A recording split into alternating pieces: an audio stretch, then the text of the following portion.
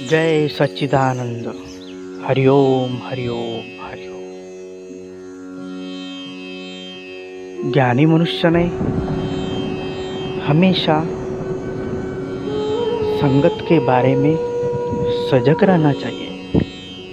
हमें जीवन में मित्रता भी बड़ी सोच समझकर करनी चाहिए।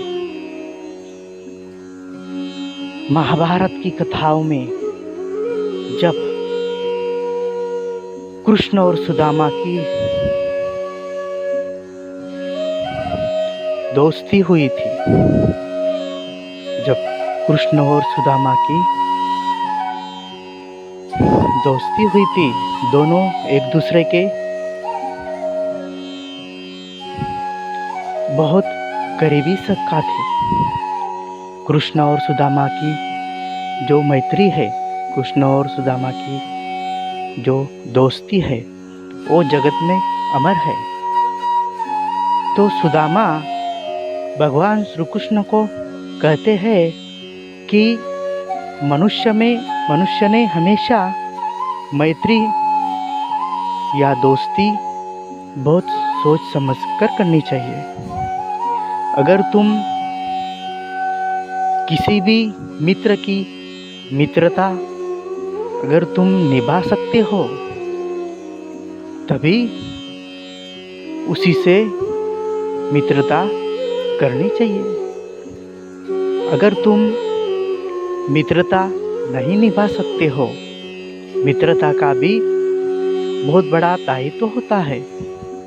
मनुष्य जीवन में अगर हम मित्रता का दायित्व नहीं निभा सकते, तो हमें मित्रता नहीं करनी चाहिए।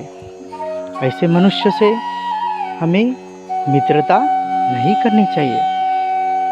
लेकिन हम अगर किसी से मित्रता करते हैं, तो मित्रता का दायित्व हमें भली भांति निभाना चाहिए। तो भगवान श्री कृष्ण ने सुदामा से कहा था कि मैं मित्रता का दायित्व हमेशा ही निभाऊंगा।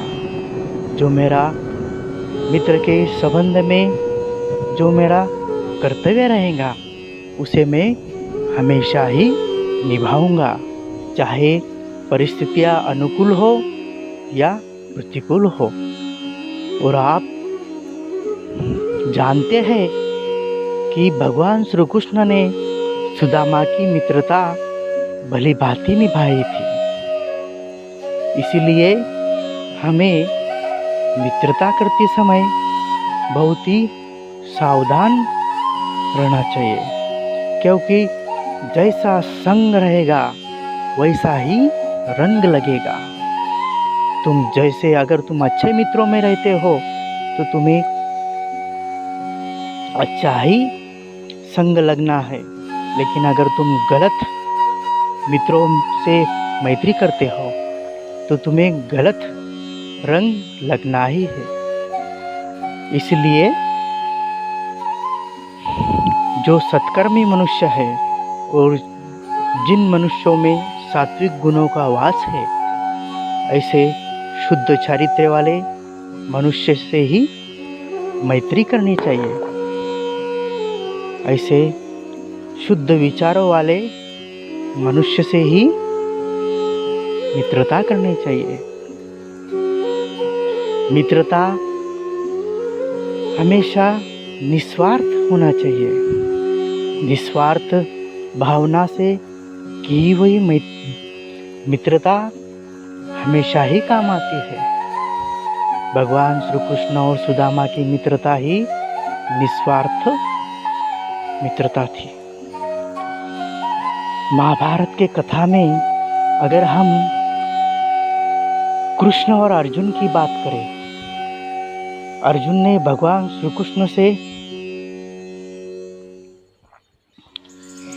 श्री कृष्ण का संग किया, भगवान श्री कृष्ण को सखा माना। वही दूसरी तरफ दुर्योधन ने शकुनी मामा जैसे मनुष्य की साथ ली।